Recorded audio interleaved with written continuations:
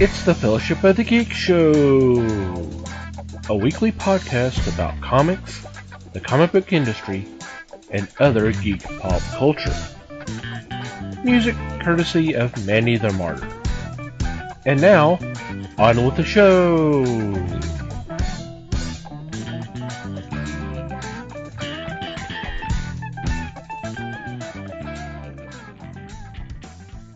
Hey there, everybody. It's the Fellowship of the Geeks podcast. My name is Thomas Chick, and joining me for this episode is Mike Marlowe. Hey, gang. Les Webster. Hello. And Liz Newman. Hello, everybody. How are you guys doing? Groovy. Freaking-tastic. Right. Make that a double of what Mikey said. Joys of trying to record a simple podcast. Ain't it great? They just don't know the struggles, do they? Oh, I'm sure some of them do. Some of them do. They record their own. So yeah, I'm sure some of them do. The hell were we thinking, man? That's all I'm saying. Hope everybody out there is doing all right. So, what's been going on in your corner of the galaxy? Which is he didn't ask. Right. You might actually learn something. That would be scary. Yeah, so I actually spent a significant amount of time last week doing something I really kind of can't talk about. I will say that it was podcast related. I will actually even go so far as to say that it involved another podcast as well.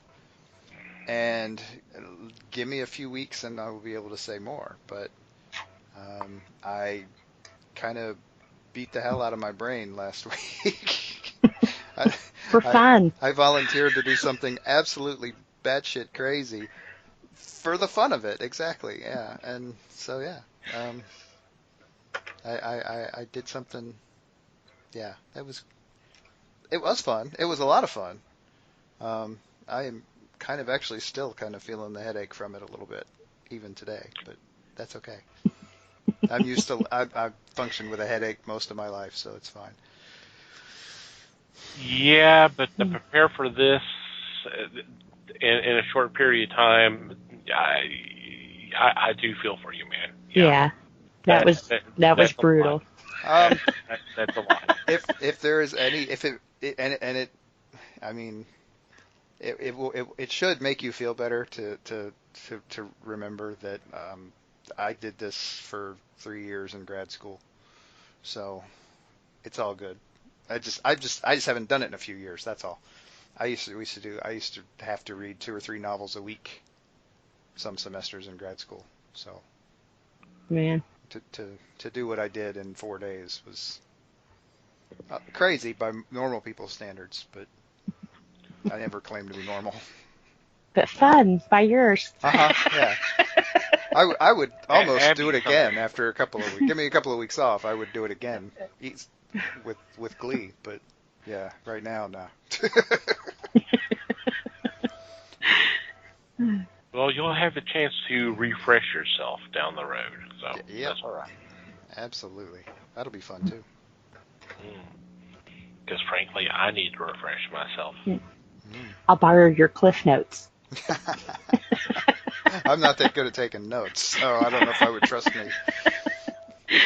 Just go to Wikipedia. You know how accurate that is. Oh, sure. Oh, yeah. Absolutely. Yeah, I'm excited about this. I'm ready to hear this. I am too. It'll be fun. Yeah. Next. Well, I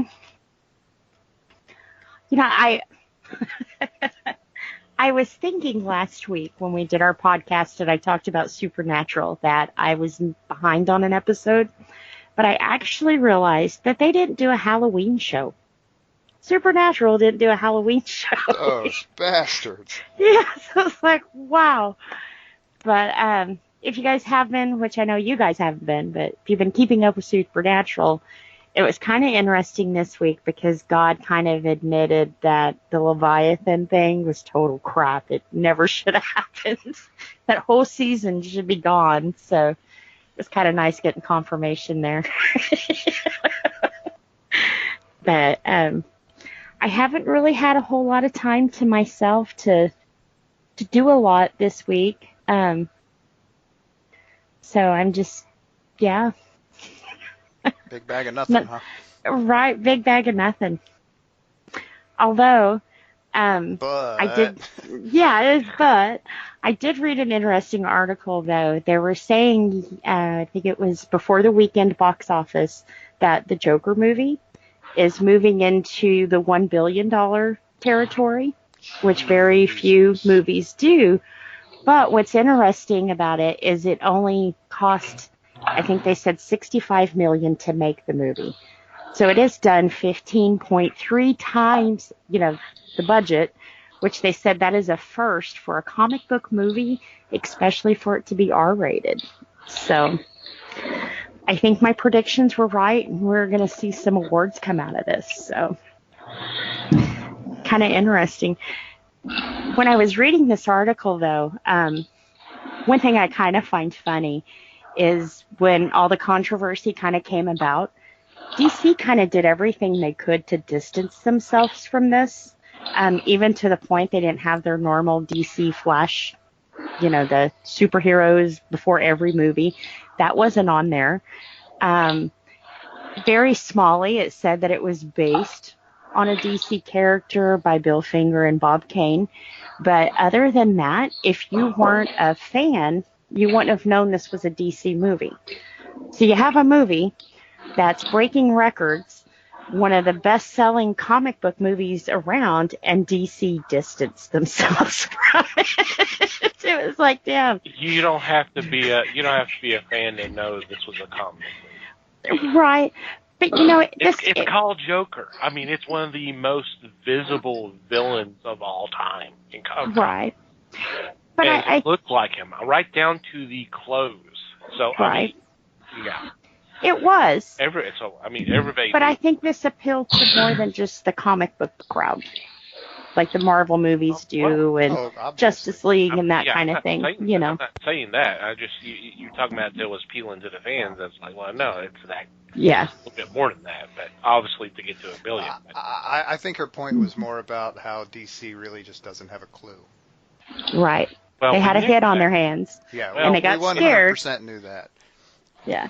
Kind of like their Black Label. They got scared and they backed off, and it's like, damn, just ride it out, guys. Good or bad, shitstorm, whatever, just write it out. Stand behind your creative content, And as I said before, we throw DC out like it's how much of it's actually DC, how much of it is Warner Brothers. True. And Warner Brothers has been known to stifle. Just look at their Batman games. That was one of the main complaints was it Lion Forge that did the games? They're like, man, they tie our hands at every turn, every turn. Just a couple hours before recording, I was on Facebook, and our friend Vito Del Sante, who I've mentioned before, he's written a bunch of comics, and we've talked about one of them. This is on Creation, The Stray. He shared a Facebook post.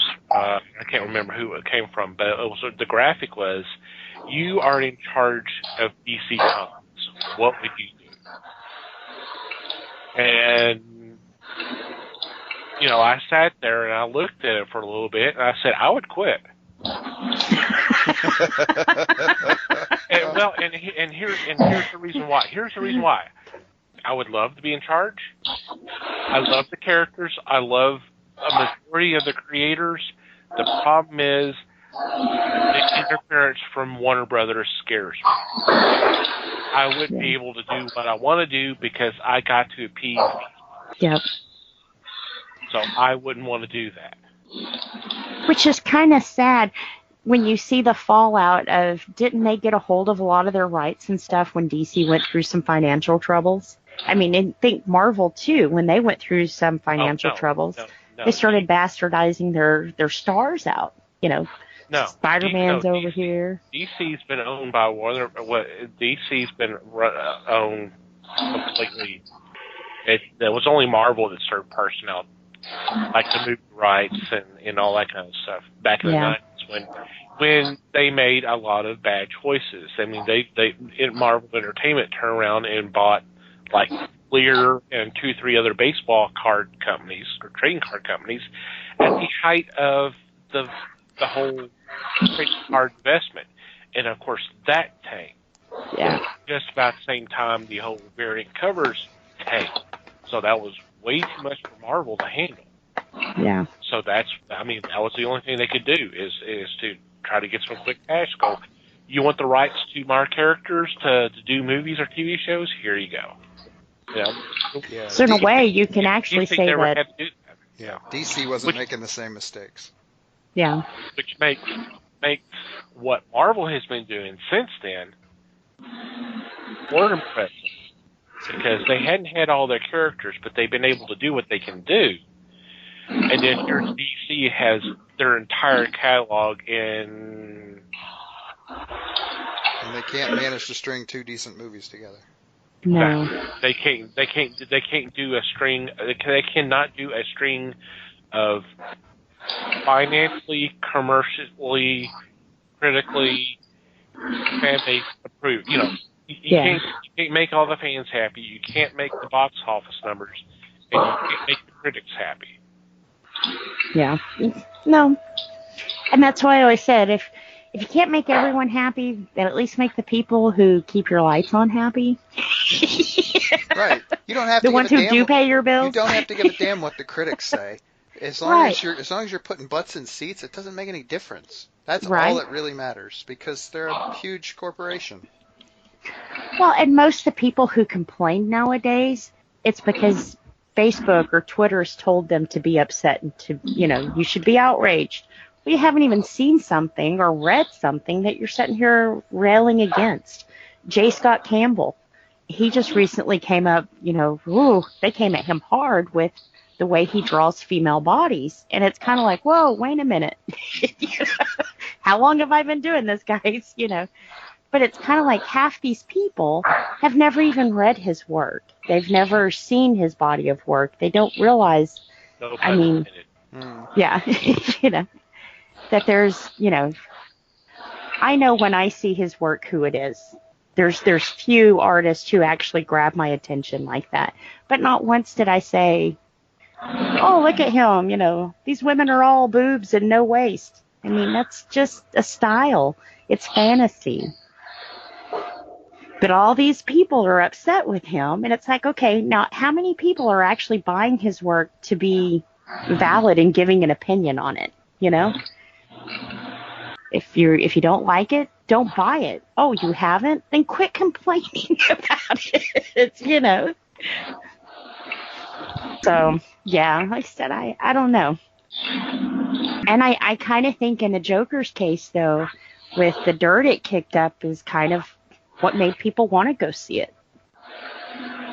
So, and then I had also heard an interesting fact, which kind of made me laugh. When Jared Leto heard that they were making this Joker film, he did everything he could do to get it shut down. Because he was promised another Joker role, and he was promised this, and he was promised that, and it's like, oh my God. When does somebody let it go? You bombed, dude. Nobody liked you in that role. Everybody hated it. Yes, everybody. Everybody. And he was like, well, I was promised a deal. No, you were promised a movie from Ben Affleck playing Batman, who's no longer playing Batman. So, sorry about you. It's the way Hollywood goes. But he should stick with making music. He's good there. But the opinion or the Joker that he was playing, have we ever seen that Joker before? I mean, in any of our comic books, I hate to put it this way, but he was trashy. Did we ever have a trashy Joker before? No. No. Not that I know of. No. See, and I think that's why, for me, he's always been my favorite villain in Batman, is he was kind of classy. He always wore the three-piece suits, and, it was eccentric. That's what made him him. Not tattoos and tattooed eyebrows, and it's just weird. It was weird. Right. So I'm kind of glad that... The thing to remember about Joker is that, yes, he's insane, but that's not what defines him. No. And I think that's where Leto went wrong, was he decided, okay, this guy's insane, I'm just going to go nuts here. And I actually don't entirely blame him. I find it hard to believe he designed the character. I think that was written for him somewhere along the line, and he certainly embraced it and took it too far. But I don't know. It's hard to blame. I think it's a combination. Yeah. It was a tough And then effort. he said that the best parts of the film with him in it was cut. And it was kind of like, oh God, what are we going to release that to? What you have to ask yourself there, Jared, is why. Right. If they were why did so it wind up great, in the floor? Right. I mean, how did it not fit the director's idea of how the movie was supposed to go? I mean, so maybe it wasn't the best. Maybe it was just your favorite, and it actually sucked. I think he wanted it to work so bad because he was going to be the next Heath Ledger, and it just so wasn't there. He should have known just by what I said there that millions of people had the same thought, and when they walked in to see him, that's the last person we had to compare him to, it's the last person who played the role. And definitely what some of these generations right now, that's the only one they remember, Mm-hmm. So, yeah, it sucked. And I like the Joker. Well, that was a pretty good run for someone who had a big bag of nothing. Yeah. I had nothing. Yep. I applaud you.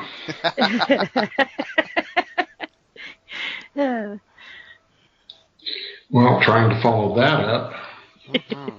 I took in the latest Stephen King movie and was blown away. Doctor Sleep is the somewhat sequel to The Shining, and it carries the character Danny as an adult. Danny was the little boy in the first movie, in the first book, and this was him knowing how to control the Shining and teaching another how to cope with it. The fun thing is, before the show, they had a little comment about Stephen King's novels. Something that I could see a little bit, but I didn't fully understand. That he has a huge amount of work, but it's all tied together. And they were showing charts of how this book was attached to that book, which is attached to the other book. Because I knew that two of the main towns that King writes about are Derry, where we had it, and Castle Rock, which is the mainstay for a lot of his novels. And it just shocked me to see how the main core was the 7 novels that he did, the 7 fantasy novels. And then all of a sudden it's just spread out from that. I was amazed with that. I was very taken by the movie. The movie was well done, and it was satisfying. So now I may have to break down and start reading all of his novels from the starting point and see how it spreads out. That may take a while. Yes. There's a lot of them. And some of them are very large. Yes. Yes, considering the 7 books are like, I want to say 14,000 pages. Is that the Dark Tower series? Yes. Yep. And then you have the 4 more that he did as Richard Bachman. Yes. Yeah. He's got a lot of work. I'm just glad that he had nothing to do with Return to Salem's Lot. So. Yeah, I'm interested in seeing this because I've been reading a little bit about it, and from what I understood, and I'm trying to remember who directed it, the director who also co-wrote it, said what he was trying to do is he was trying to balance things out from King's novel, but also make references to the Kubrick original film, which did not have a lot to do with the original book. But he was trying to basically appease both masters, and I thought that would be an interesting challenge. That is a hell of a challenge, because King has been very, very... He's been very vocal about it, yeah. Hating Kubrick's movie. Yeah. So, I have not gone to King's Twitter account to see what he has thought about this film. As a recording, it would be interesting, because he's not shy. He kind of speaks... No, he's not. But I'm also just on the internet hearing quite a bit of good stuff about this movie too. Yeah, Dr. Sleep. So that's good. I'm glad to hear that. Mm-hmm. And an interesting bit of trivia I've heard about this. Hey Les, do you remember the baseball sequence in that movie? Yes. Okay. Just a bit of trivia. One of the spectators is Danny Lloyd. Oh, really? I did not notice. Yeah, I remember hearing somewhere that there was some sort of cameo or something. He was in the movie somehow. I never heard how. And for those who are going, okay, who's Danny Lloyd? Danny played Danny in The Shining. Yeah, Danny Lloyd played Danny Torrance. That's right. And he's actually been out of acting for several years as a teacher now, if I'm not mistaken. But they brought him in to do a little cameo in the movie, and I thought which was a cool touch. That is pretty cool. Yeah. So, yeah, I've been hearing some really good things about this film, so I'm gonna have to go see it. Yeah, what I've heard has been positive. I've kind of heard mixed, not as far as the movie being bad, but that it's not doing too well. And I think Les was the one who said that they should have named it The Shining 2, and it probably would have done a little better. Because honestly, until I heard Les describe it, it was like, oh, I didn't know that, So I think get they missed it. Well, but it's based off the book. Right. So, I mean, would Stephen King really turn around and go The Shining 2, Dr. Sleep, or what? Yeah, it's a weird kind of difference between Hollywood and book publishing, and while I get that, because I had forgot. I mean, I had heard the title, and I heard about the movie coming out and the title, and I had forgotten that was the name of it. But once I saw the trailer, I was like, "Oh, okay, this is the sequel to The Shining." Okay, so. Yeah. See, I'm bad about I don't get to watch trailers very often unless I catch it like online with DVRs and streaming and everything else. You miss a lot of that unless you see it at the movies or for me, the movies or somebody's mentioned it. I don't. you miss a lot of things when you never leave the house. Right. Yeah. And I say I'm not throwing stones either. I'm the same guy. I'm right there with you. But right. But it's real. I mean, yeah, you have to get on YouTube and find trailers for yourself. Yeah. And all that. Because even when you watch TV, if it's on TV, I've had it on the DVR, and we're fast forwarding through all that stuff. Because Right. Well, and there's a difference between a TV spot and a trailer too. Right. Yeah. True. If it's something I'm really excited for, I'll seek out the trailer. But like I said, 9 times out of 10, I'll miss your trailer. Yep. You are not the target audience for a trailer. No, I'm not. All right, Les, anything else? Anything else you would like to add? What's been going on with you? I read the first 4 issues of 5 Weeks by Terry Moore. 5 years? 5 years, thank you. Sorry. Yeah, I was making a shorter time. Poor guy, he's got to draw really fast now. Yeah, it's a flurry.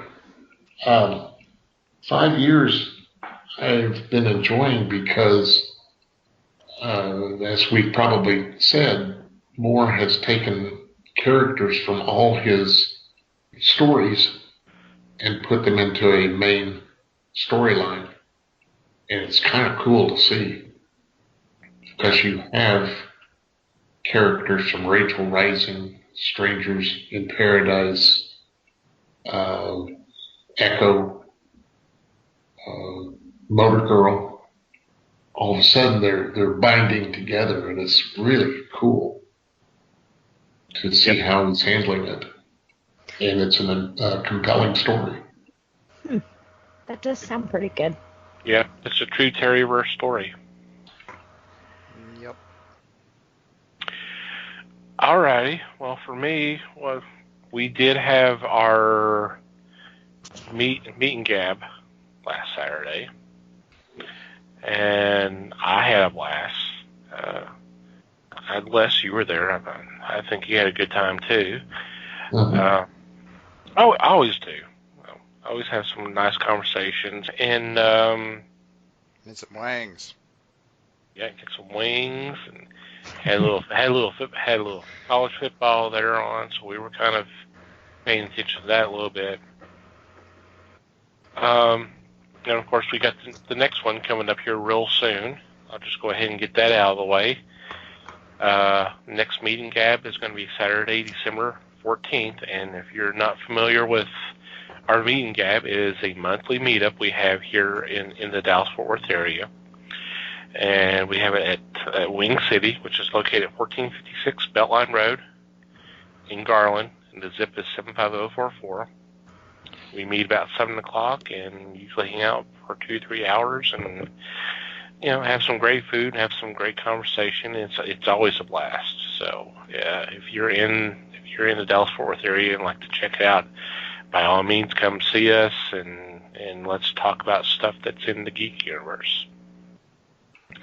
So, yes, we did have the November meet and gab.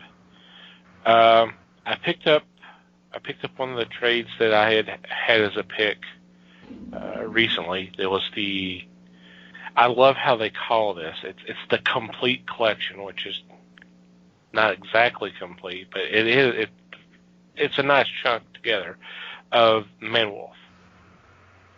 This is the character that debuted in Amazing Spider-Man. It's actually John Jameson, J. Jonah Jameson's son, who's an astronaut, who becomes a werewolf.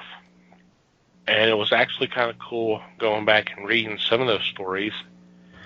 Some of them I haven't read in a long, long time. And it was funny because the original story to introduce him was a 2-parter. If I'm not mistaken, it's issues 124 and 125.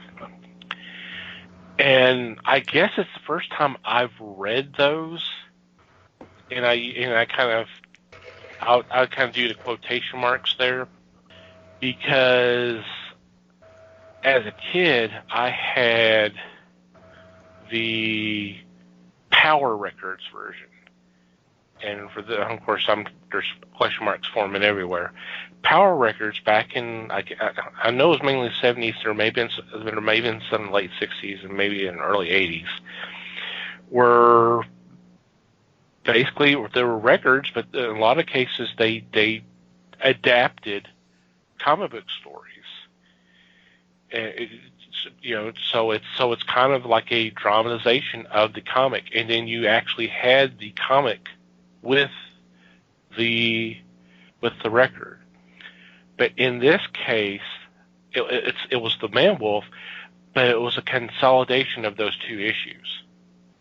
So there was a lot of stuff that had been cut out for purposes of just making it a little bit more of a concise story, and you don't have some of the secondary stories and references to stuff that happened before. Because I mentioned this was issues 124 and 125. Well, of Spider-Man? Of Amazing Spider-Man. So guess what happened 2 and 3 issues prior? It was the death of Gwen Stacy, and it was the death of Green Goblin. So those were still being mentioned, and all that stuff was gone when I had the Power Records version. So reference of that and some of the other stuff, like I said, it had been cut out, and they just made the 2 issues into one. And of course, you had like I said, it was a record with the sound effects and voice acting and all that. It was really cool. I don't know if I still have that anywhere. So reading this, I was like, I remembered some of it. Some of it was coming back, and then all of a sudden I was like, okay, I don't remember this. And then I started kind of thinking about it as I kept going further into this particular story arc. I was going, that's what happened. And it made sense. But, it was kind of cool reading those stories, because it's kind of an interesting character. And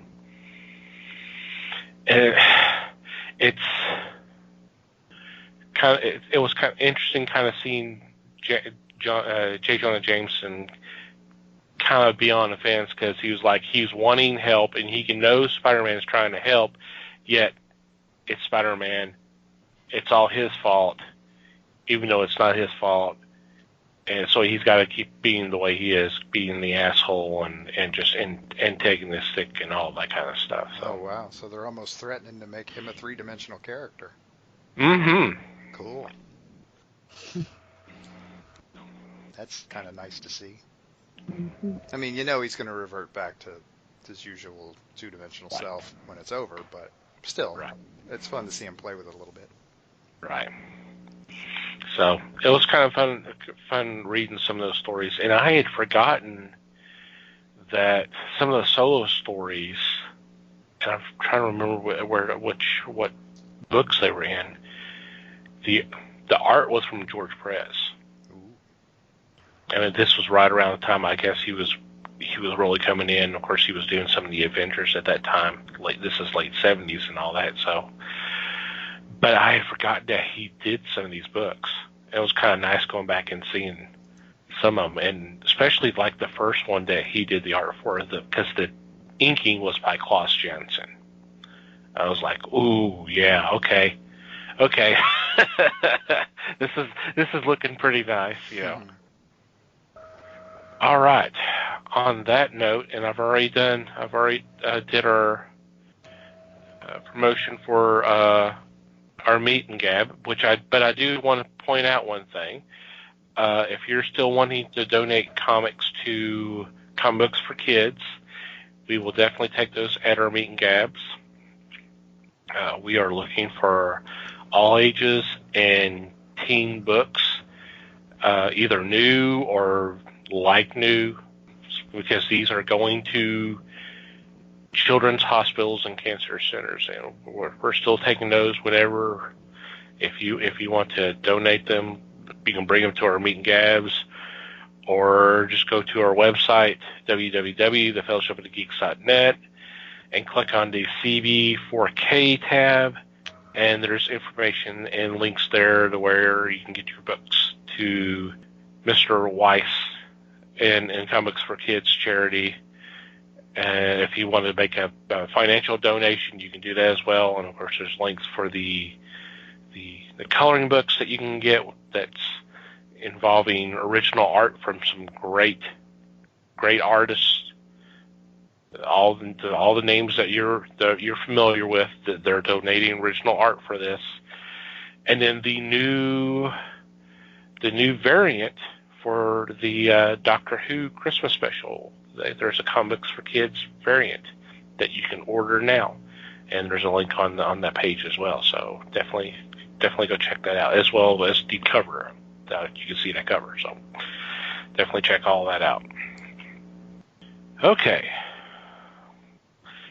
so for this week, we're going to put our spotlight on a particular character who's been around for a while. Matter of fact, this is his 45th birthday. I mean, just this month. I think it was 45. Yeah. Yep. I mean, just like real recently, I was seeing some stuff. I mean, just this past weekend, kind of pointing that out.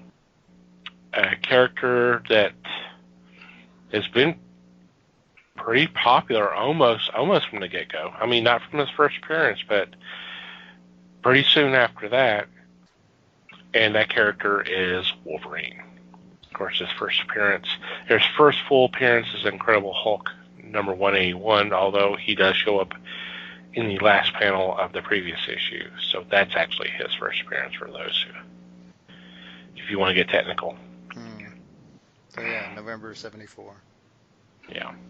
And we tried to get Hugh Jackman to come on our show, but I say that's not true. We didn't try.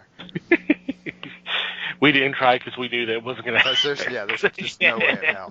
If nothing else, I don't know. He's from Australia. If he's back there, the time changes. Oh, man, it's rough. But,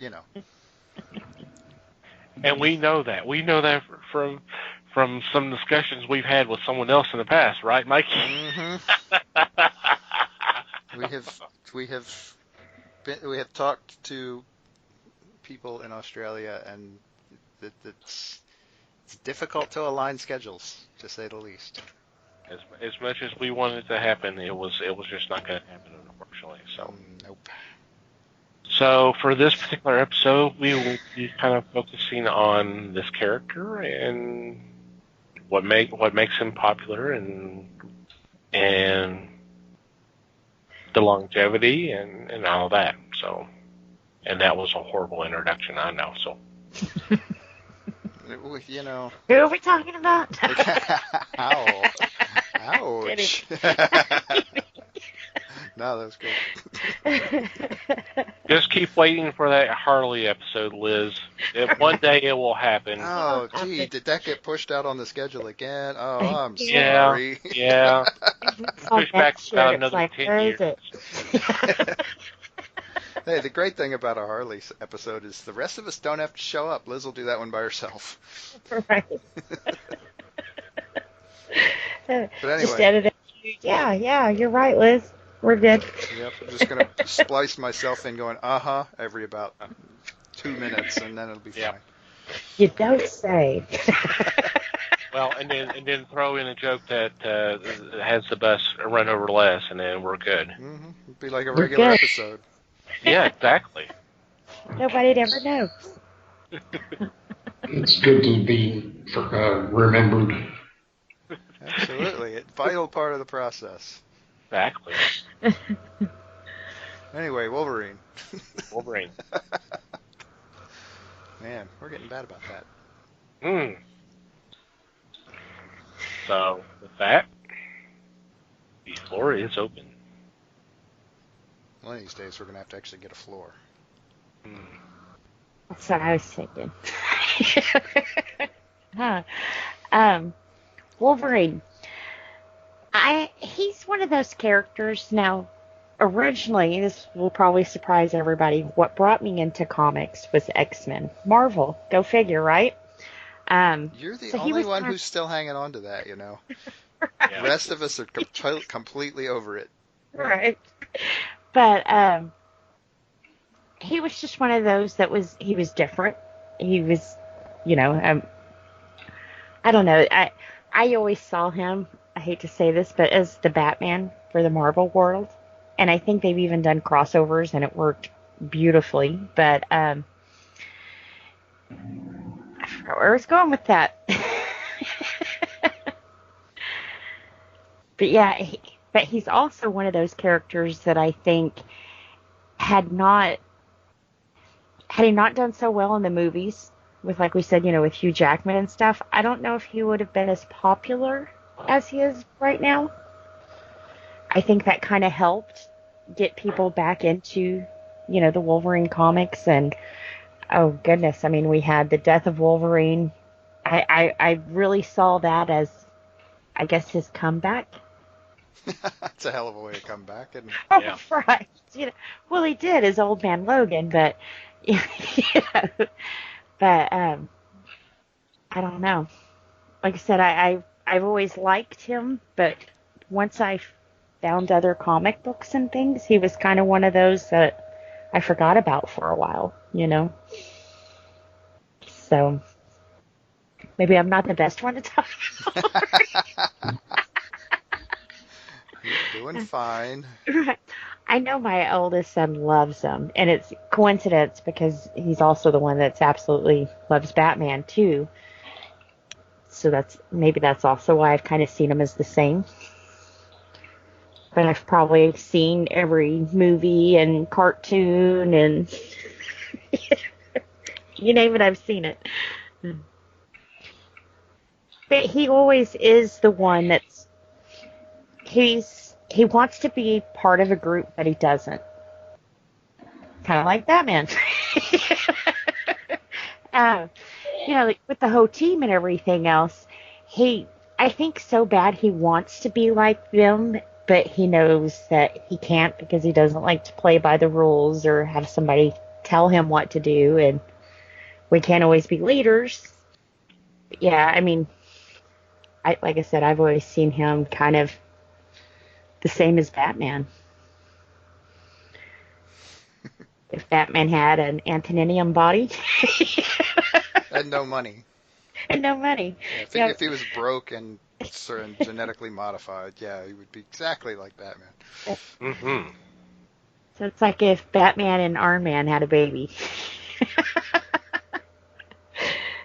Well, no, because he's rich too, huh? Right, had a baby and then put him up for adoption, and he grew So up a bastard baby in a home somewhere. Right.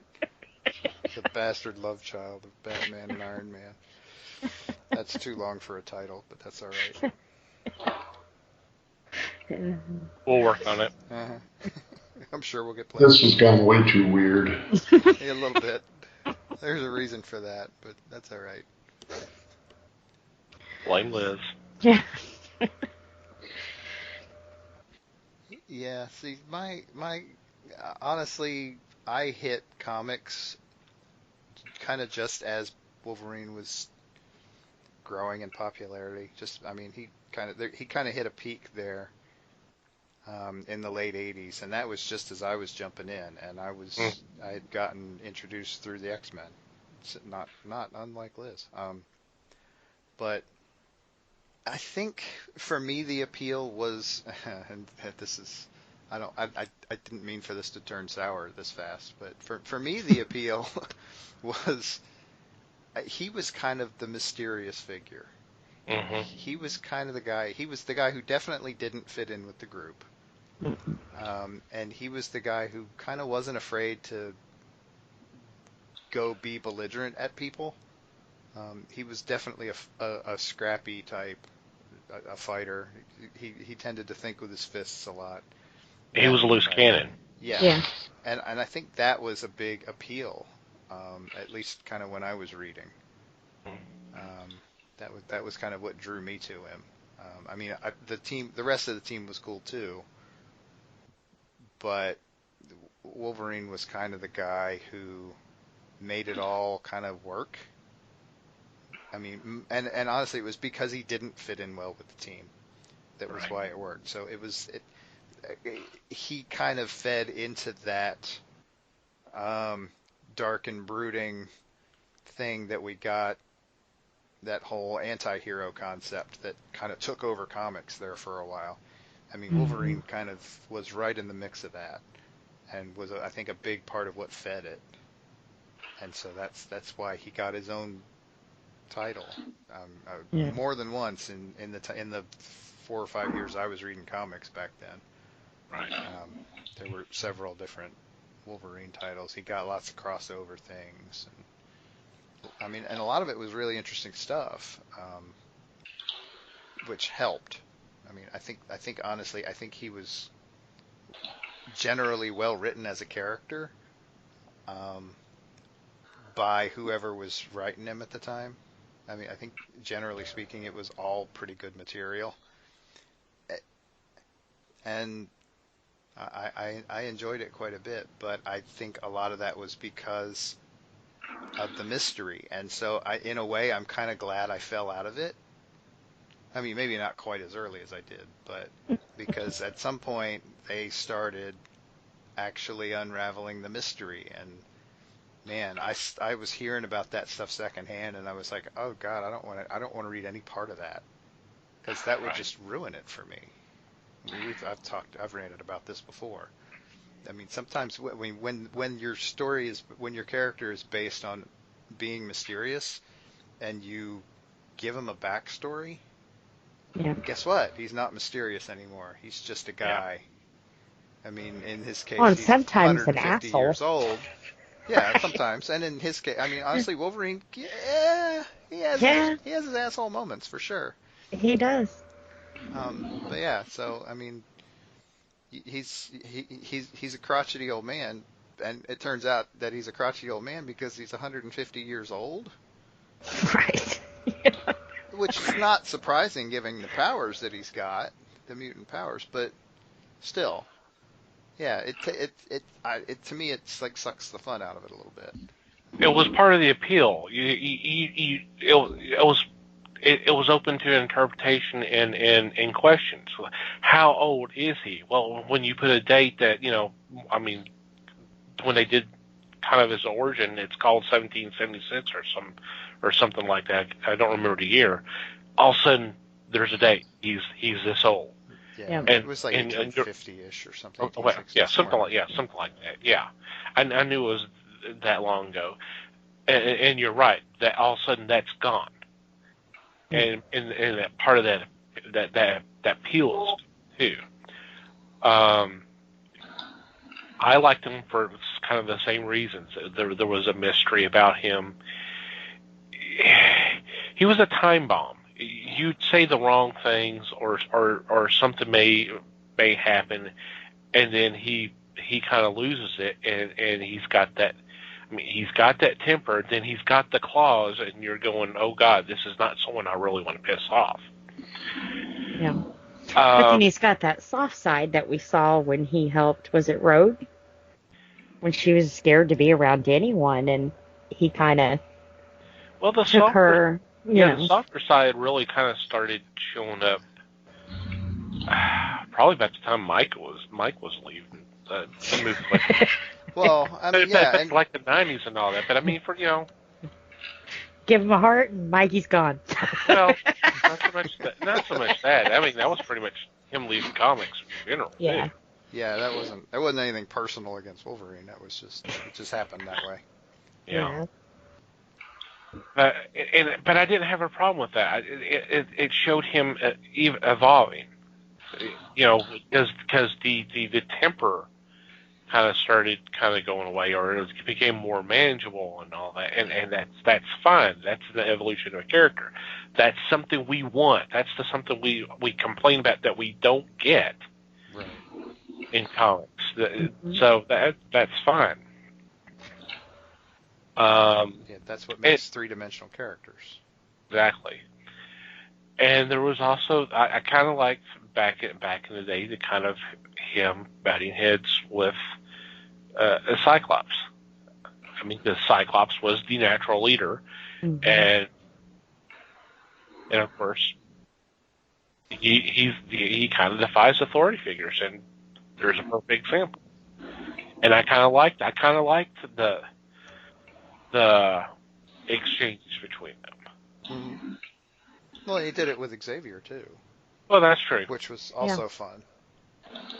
Yeah, it's funny because how everybody calls him Professor, and then, Wolverine goes Chuck. Wolverine keeps calling him Chuck, right? I mean, nobody's ever called the guy Chuck in his life until Wolverine shows up and starts calling him Chuck. Because honestly, Wolverine's probably, I mean, we even probably got hints about that even back then. He's probably older than Xavier. I mean, come on, seriously. I mean, there's this really shady sort of stuff that we know about him at some weird project, which is probably where he got the adamantium, and nobody really knows how long ago that was. Right. Which is perfect. It's a great backstory. But don't you kind of wonder where they got antimonium in 1776? Well, he didn't get that until. Yeah, that didn't come until later. Yeah, okay. that came about. Who knows? Probably about the 80s or whatever time frame you want to set things up. Before he joined the new X-Men, that's when he got it. But I don't think there's a specific time set because that's something you don't want to. Yeah, they Marvel doesn't want to mess with. They throw subtle hints that both it was a long time ago and it also kind of wasn't. It was like a year or two before or something, and then but they set it up so that it's really vague and so that nobody really knows. Yeah. Well, we kind of know because Deadpool was part of the same experiments. Yeah, that came way later. Yeah. Yeah, you look at Wolverine and what he has spawned, it's astounding. All of a sudden, all these characters have his blood, his mutant ability to overcome pain, overcome being sliced up. And I think that's where I have a problem with it. The character is pretty dynamic. He was a shot in the arm that Marvel was looking for. But he was the reason that, or the way they expanded his storyline, all of a sudden you had Weapon 10 and this, that, and the other, and you just go, wait a minute, you put out a book concerning, what was it, the Scorpio? I don't remember the name. It just, they're looking for his father, and then all of a sudden, this changes. Now he's Weapon 10, according to the big series that they ran. Later you see in Origins he had bones that were retractable. To me it just got a little bit out of hand. Well, that's actually, and you mentioned that, and I'm kind of glad he did. That's another mystery that's been kind of an answer has been put, because when you first appeared and you saw the claws popped out, and you start hearing the story about the adamantium, you're going, okay, when they laced his bones with the adamantium, did they just give him claws too, or what? That was one of those questions that kind of hung over him for such a long period of time until the 90s, and then we find out when Magneto literally yanks the adamantium off the skeleton that, oh, well, he has bone claws, that those just happen to be laced with adamantium as well. And you're going, okay, I mean, to this day, I still don't know what I feel about that. I mean, it kind of makes sense, but once again, that's a question that is like, did it really need to be answered? So, but that's just me. Mm-hmm. I mean, I suppose there are some people that feel better knowing this sort of thing, but yeah, I personally can't imagine why. Yeah. I guess it sold a lot of books. Well, that it did. And when he became popular, you saw him on covers of all of the Marvel titles, whether or not he was in the book. Because Marvel's done this with when Daredevil first got popular, when The Punisher got popular. All of a sudden, all these books had a cover concerning Wolverine or Daredevil or The Punisher, yet they didn't appear in the book. It was just a draw. Somebody would walk by and say, Punisher's in this, I'm going to get it. Yet he does not appear. And to me, that's kind of sad. It's bait and switch. It is. Mm-hmm. Totally.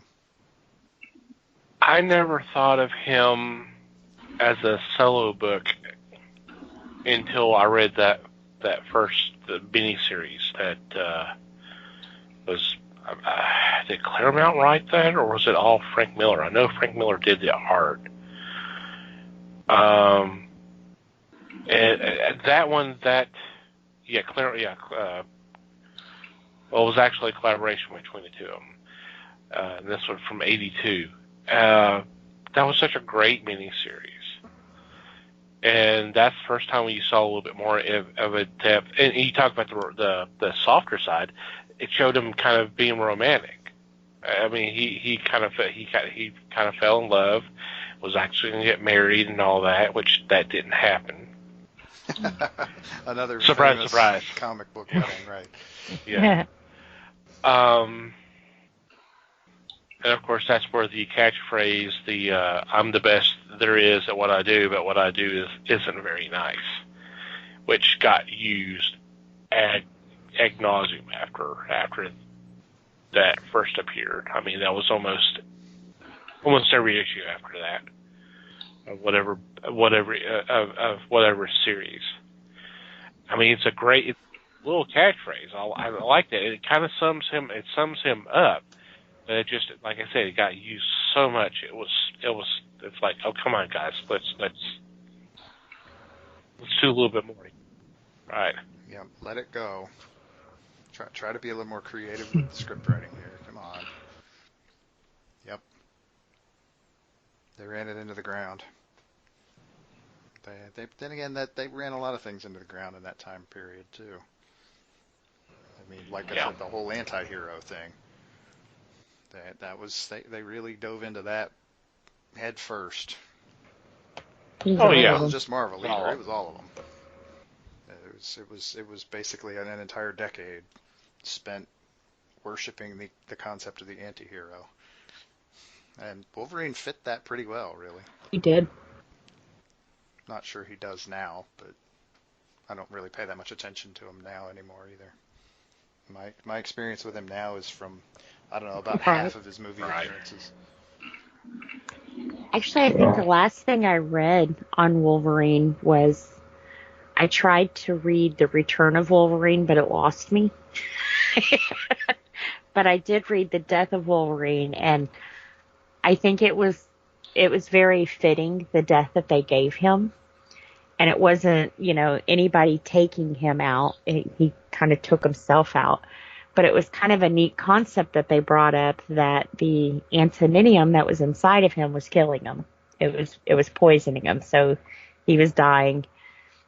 Everybody came out of the woodworks because now we can finally kill him, And there at the end, instead of letting someone take him out on their terms, he melted himself down and ruined the plan and killed himself. And, to me, it was really well done. I would have rather it been by his own hand on his own terms than some cheesy story where, Sabretooth took him out.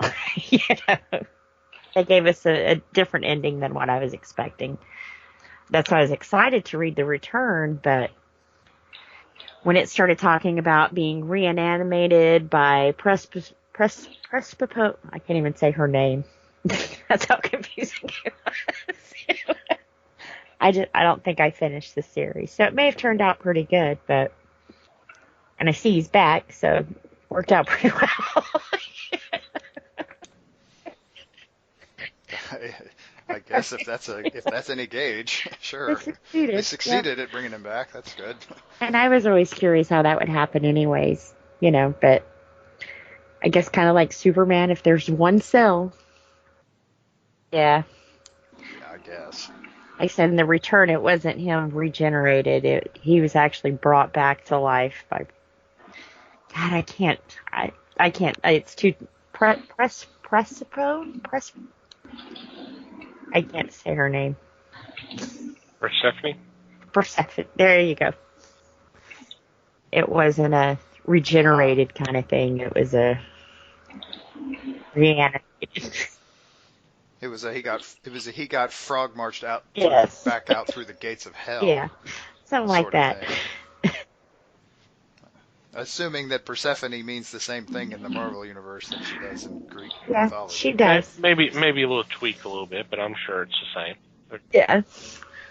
Oh, probably. He was supposed to be one of her agents, so which that didn't work out. Holy cock. Wolverine, Agent of Hell. Actually, didn't he have a series where he went to hell? Hey, who hasn't? Yeah, true. That wasn't cynical at all. It was absolutely positively true. It's one of those trends, but still. Probably the same time Jason was there. All the cool kids go to hell. I was going to say, just cool ones leave. And I think we have our title there.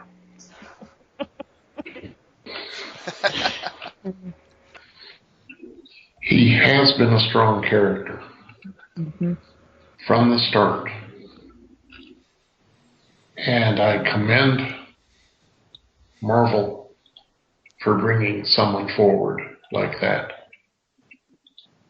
Most anything that they toss him in, he is capable of overcoming.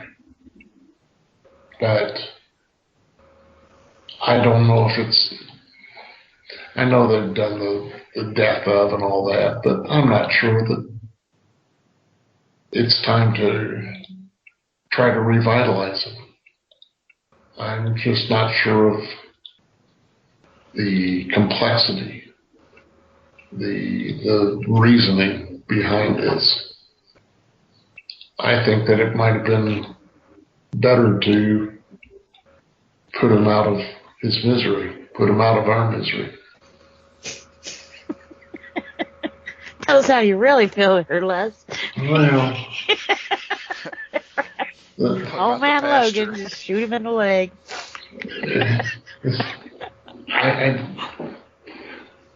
Of course, I had the number one spot to get rid of, but it's not Wolverine. But I would say it's time. But he's I'm in sorry? the top five. Pretty close, yeah. Yeah, he's nudging in. Yeah, unfortunately, the one thing that superhero comics in general, I'm not going to pick on either Marvel or DC here. One thing they're not good at doing is setting aside a character long enough to actually make him worth bringing back. They tend to kill them, and then within a year, they're back alive again. Which is a very soap opera thing to do. But, I mean, the idea, if you want to really build a good myth, you've got to let it rest a lot longer than that. Put him in the vault and set him out for 10 years. Because what you're doing at that point, then you have an opportunity to bring him back in a really much more impressive way and set up the next round of movies. Come on, people. Think about these things. Because the deal is you're going to have to wait a while, especially with the movie part of it.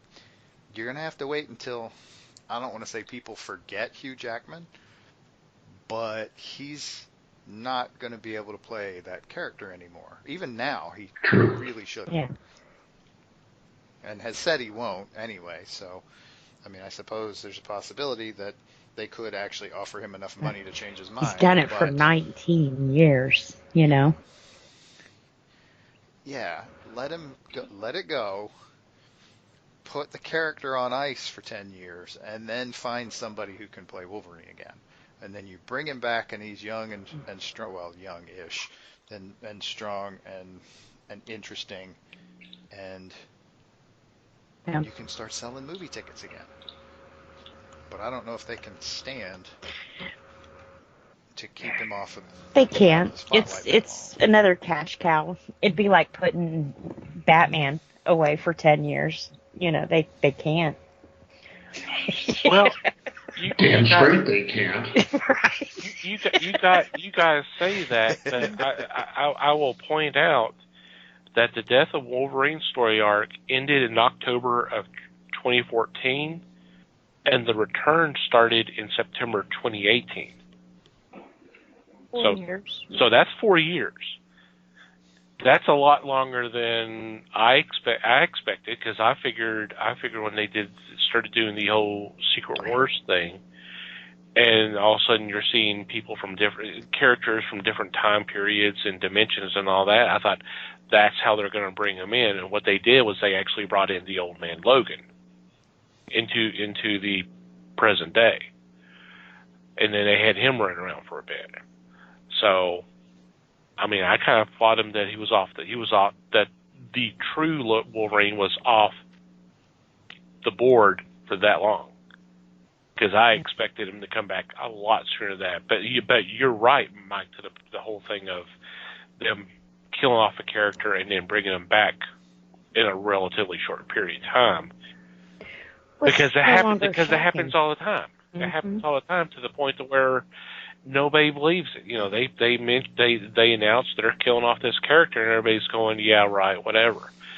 It's lost the impact. Yeah.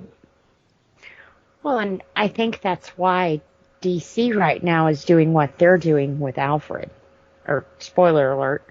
They're kind of like finalizing it that no, we're not going to bring him back through a multi-dimension, or, you know, no, it wasn't Earth 2 Alfred that they killed. You know, this was Alfred, the hierarchy, the glue, you know. And I think he's getting his own comic book to kind of solidify, hey, he's gone, you know. But like you said, will it be when the next writer gets a hold of it and boom, there's Alfred again? Yeah, Right, the next person that can talk.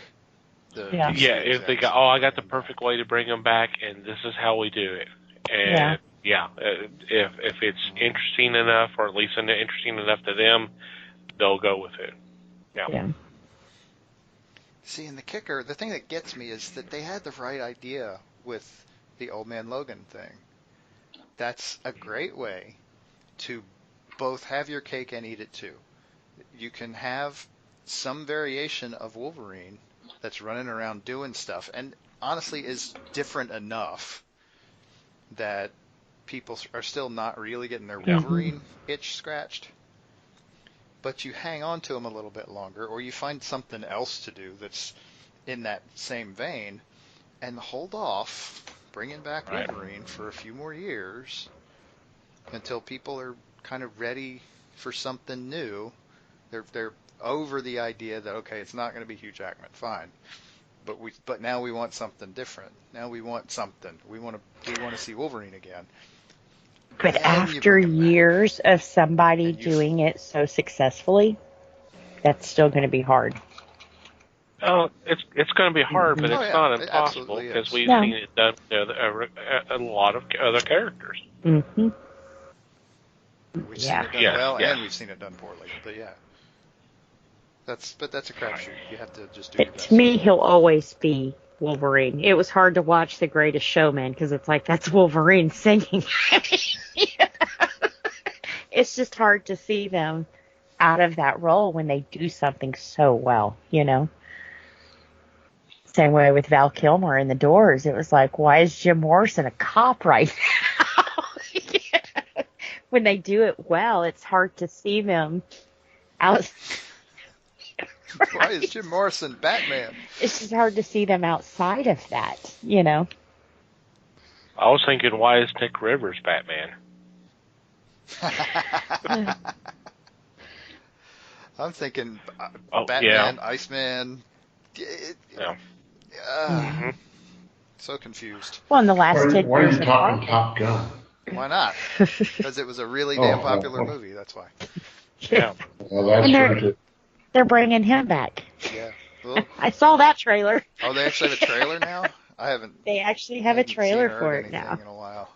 No, he's like gone nowhere in 30 years. He's the same position, same flyer, everything for 30 years.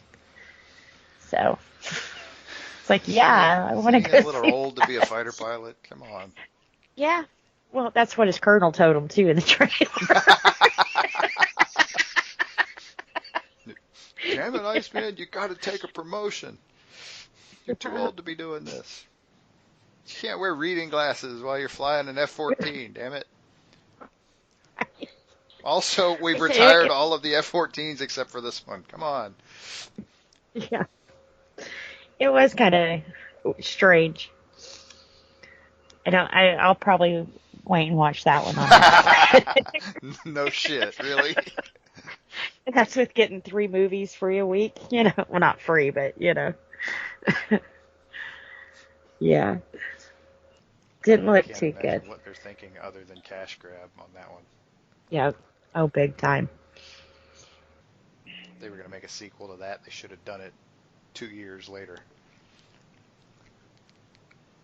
Not wait 30. It's the whole nostalgia thing. It too. is, and it's sickening. But anyway. That's why we're getting a Ghostbusters with the original group next year. Most of the original group. Well, most of the originals, yeah. All but one actor and the director. So yeah. They did a sequel once and it didn't work. So I mean, I don't see why it's a good idea now, but. I don't know. But it's the nostalgia thing. Maybe they're taking a look at Dark Fate right now going, do we really want to do this? We can only hope. I mean, right. that one blew my mind anyway because, wow, I mean, how many more bad sequels do you need before you stop? I mean, seriously. Yeah. I mean, Friday the 13th notwithstanding. Right. Well, there's no more sequels of that because of legal issues. Right. Otherwise, we would be having a lot more. Yeah, that's a totally different problem, but yeah. Yeah. Yeah. So, Wolverine. Uh-huh. Pretty cool character. Yeah. He was. Not sure I'm not sure what the point would be of continuing there, but yeah. Then again, they don't ask me. Clearly, if they think they can sell a book, they're going to do it. Or a movie. Yeah. Or anything, really. A postcard with Wolverine on it. If they think they could sell that, they'd print it. Well, it's funny how you talked about the movie or the movies, and it's funny how he was a focus on all the movies, but there was always Magneto making that one line. You think this is about you? You go, well, yeah, because obviously that's what the camera's pointed at me all the time, so yeah. I'm the headliner. I actually liked that moment in the first one. I was like, oh, that's so good. And it's one of those things that you know they can never really successfully pull again. But yeah. Although they tried, it wasn't successful. Right, it didn't work as well. But yeah, the first one they pulled that with, oh man. That was beautiful. That was sweet. That was sweet. Okay. Well, you know what? Any final thoughts? on Wolverine? No. Pretty good character, really. If you haven't checked him out before, you should. Yep. A lot of great. Go ahead. I was just going to say yes or no. I think it's a grand character. I'm just sorry that they spread it out so much. Yeah, one of the dangers of having success early in your career is that it just doesn't really always work the same. Some people peak early, and I think our boy Wolvie did too. Yeah, they put all their best stuff out first, and where do you go there? Mm-hmm. All right, on that note, we're going to take a quick break and come back with our weekly picks.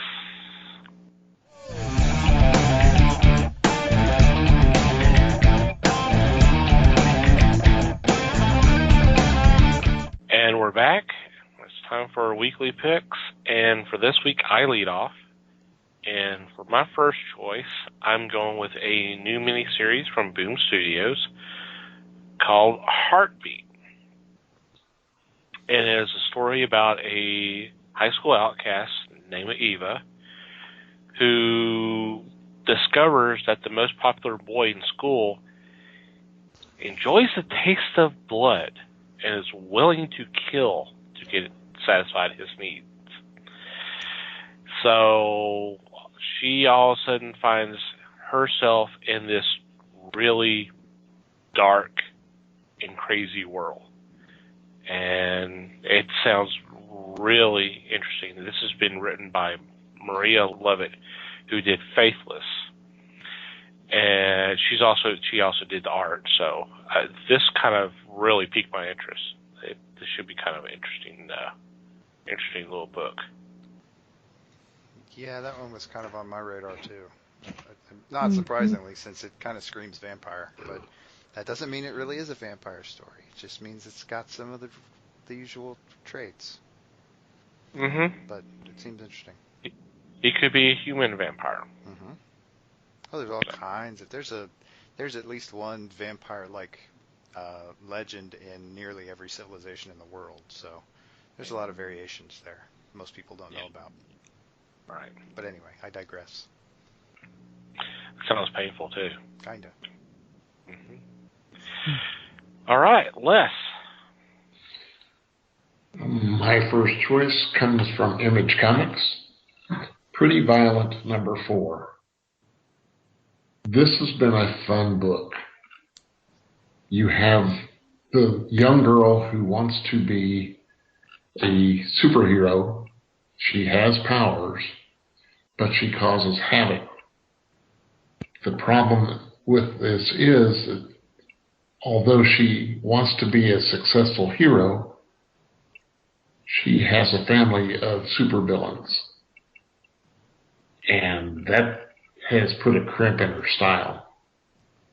So her trying to cope with their family standards and yet be a hero and being overt about it, she's not hiding it from her family, is kind of fun. If you get a chance, grab the first 3 and pick this one up because it is a fun read.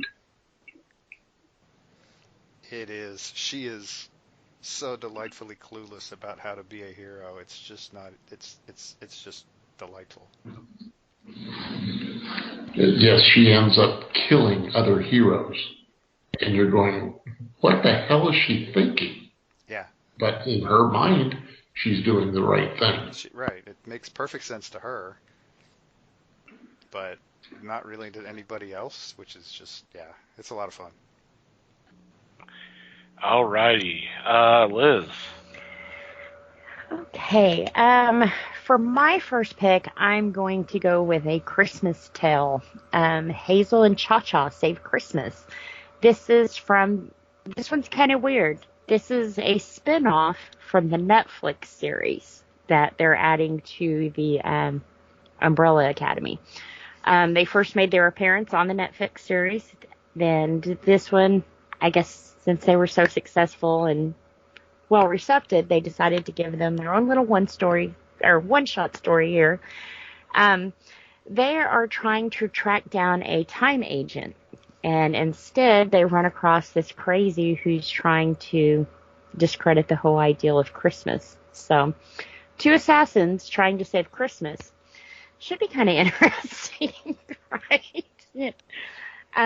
I'm excited. I'm really excited that they've done so well over on Netflix. But anything that keeps Gerard Way continuing to write comic books, I'm all for. But this is kind of a, I guess, success for both his worlds now, that he's combining his TVs with his comic book. Well, I mean, it was always comic book TV, but you know what I mean. When you actually get to put your writing skills to your comics instead of just a script somewhere. So, which are both major accomplishments. I just keep digging that hole. Yeah. Here's a bigger shovel. Take this. Yeah. There you go. So I can either battle to get out of that hole or just say, who's next? Well, now you need to dig another hole to put the dirt in from the first hole. That's right. That's the second pick. Okay, yeah, we'll get there eventually, sure. I see what you did. Pick. Yeah, okay. Pick. That's good. Yeah. Okay.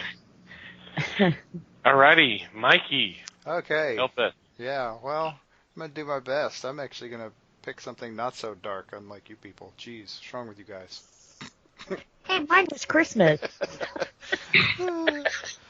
Oh, yeah, yours was two assassins saving Christmas. Yeah, that's not dark. Nothing dark there at all. Oh, don't worry, I'll get dark later, too. But my first pick is from First Second Press, and this is called Science Comics Skyscrapers. The title is a bit of a giveaway because this is actually part of a series that they do, that First Second does, which is specifically aimed at middle grade readers, and they're kind of educational. It kind of goes into explaining the science of how skyscrapers work, which I think sounds like a really freaking cool idea. The book, not necessarily skyscrapers, but I mean, essentially it talks about the engineering involved in it, and it does so for a young, impressionable audience. So I think that's a really cool thing to do. So I am looking forward to taking a look at this. Nice. They've been successful with this series, so this should be fun too. Sweet. Alrighty. For my second pick, I'm going with another miniseries, first issue of a miniseries. This is one from Image Comics. It's called Olympia. And it's a story of a boy who spends all of his time reading comic books. And then one day, his favorite superhero literally leaps off from the comics. And it's up to the boy to kind of nurse him back to health. But as he soon realizes that his superhero, which is named as Olympian, wasn't the only one that came across into our reality. I kind of like this. I kind of like this premise, and I think this could be a really fun book. Yep, sounds cool to me. Mm-hmm. I like that process. Alrighty, Les, you're up again. I'm going to bring forward Count Crowley, Reluctant Monster Hunter #2. It's a 4-issue series. And in this, you find Jerry Bartman, who is the host of the Count Crowley Show, and he finds himself in the clutches of a beast. Now, if he can escape, that's one thing, but what secrets does he find in the home of his predecessor, the real Count Crowley? This one, I believe, is going to be fun. It's got to be humorous, because you have Stephen the werewolf and the cat and an unnamed monster in this group. So I need to go locate number one so I don't miss out on this one. And hopefully you can do the same. Number one was pretty entertaining, so yes, you should check it out. I think you'll like it, Les. Thanks, because, I want to track this down. See what we got. Cool. All right, Liz. All right. For my second pick, this is the first of a 4-part mini-series. It's called Misplaced by SourcePoint Press. Kind of an interesting story. It's about the afterlife. A guy and are they married? I think it was his wife. They die and they get separated in death, and he kind of gets bored of death. I mean, who wouldn't, right? You're in paradise and he gets bored. Well, and then he realizes she's not there and he can't find her. So he finds out, the more he keeps looking into where she is and stuff, that she's been misplaced. And it's even more of a scarier place in the afterlife is where she's at. So he's kind of going to go on this journey to find the love of his life and save her. So it should be pretty good.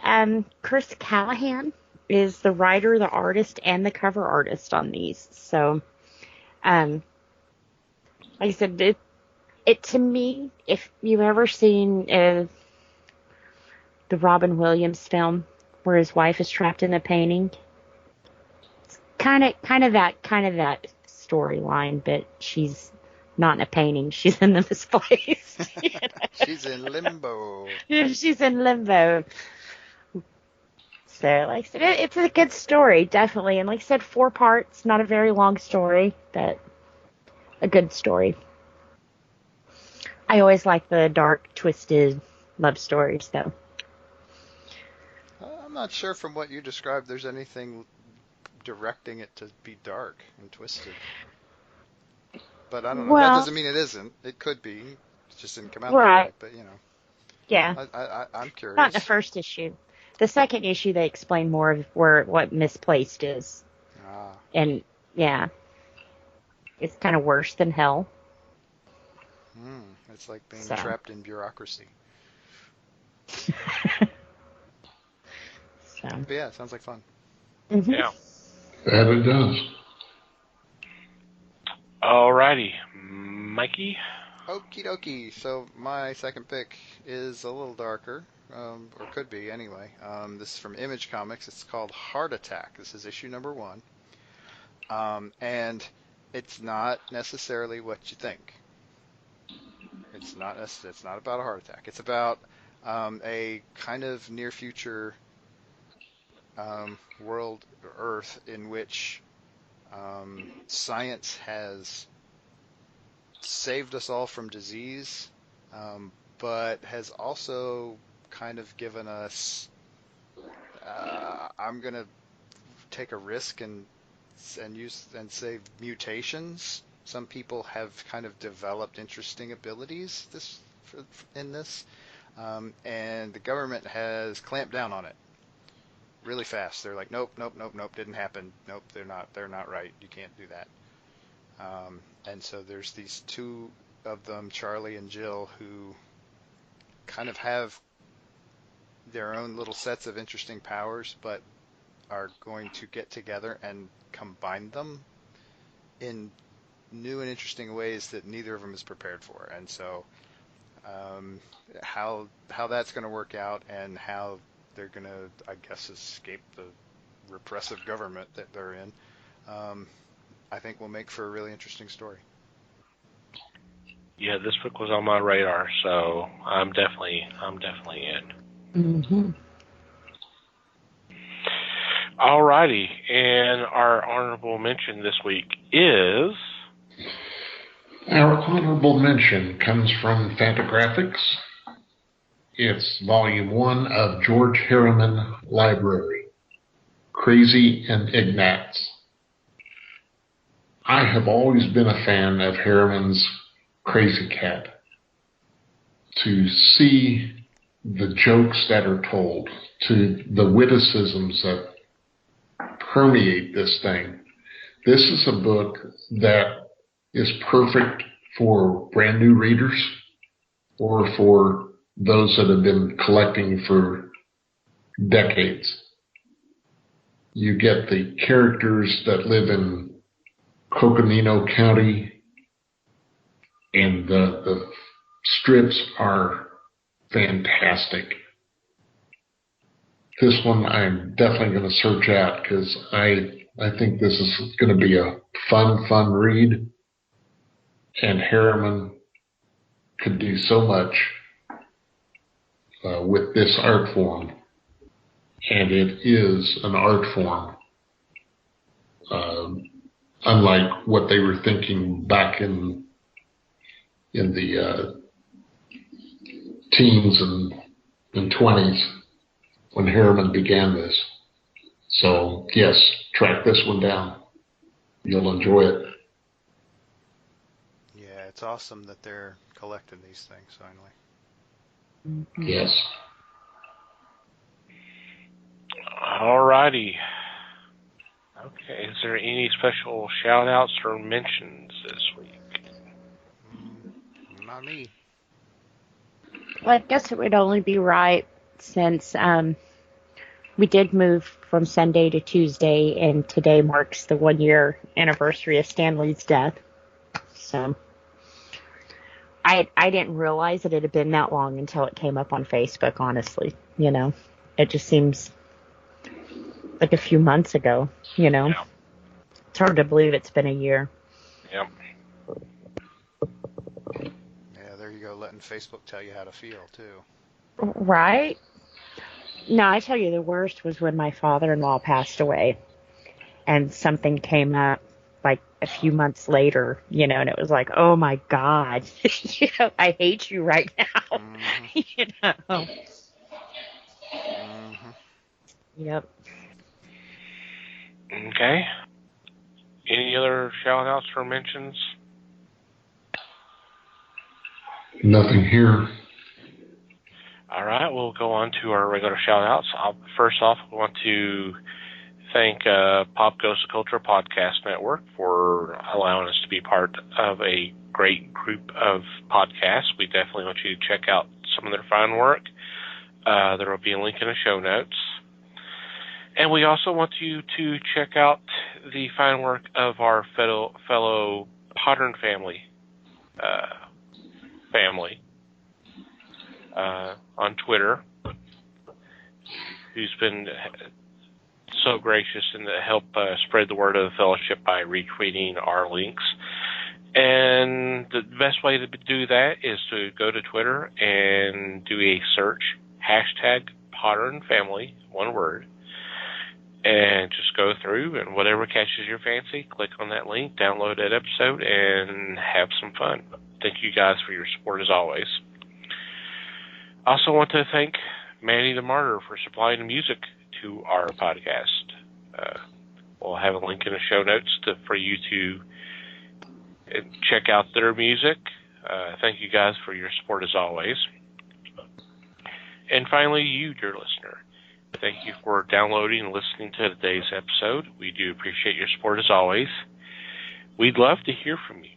Whatever feedback you would like to provide us, comments, questions, suggestions, complaints, observations, whatever, please by all means contact us. And there are several ways you can do that. Our email address is email@thefellowshipofthegeeks.net, or you can go to the website and go to About Us page, and there's a contact form there that you can fill out. By all means, follow us on social media. We're on Facebook. follow us there, and there's information regarding our events and meetups. We've already got the meetup for December Meet and Gab up if you would like to check out more information there. And of course, there's also information on the website. We're obviously on Twitter. We are at Fellowship Geeks. Feel free to follow us. If you'd like to follow our personal Twitter accounts, by all means. Mike can be found at Mikey Geek. Liz can be found at LN_Geek. And I can be found at TomTC Geek. And from wherever you download and listen to our episodes, if you would be so kind as to take a couple of moments and rate and review our show, it would greatly be appreciated. Any final thoughts before we say goodbye? Just thanks, everybody. Thanks, everybody. Appreciate you listening. Thank you for listening, everybody. We do appreciate your support as always. And until next time, geek on, my friends.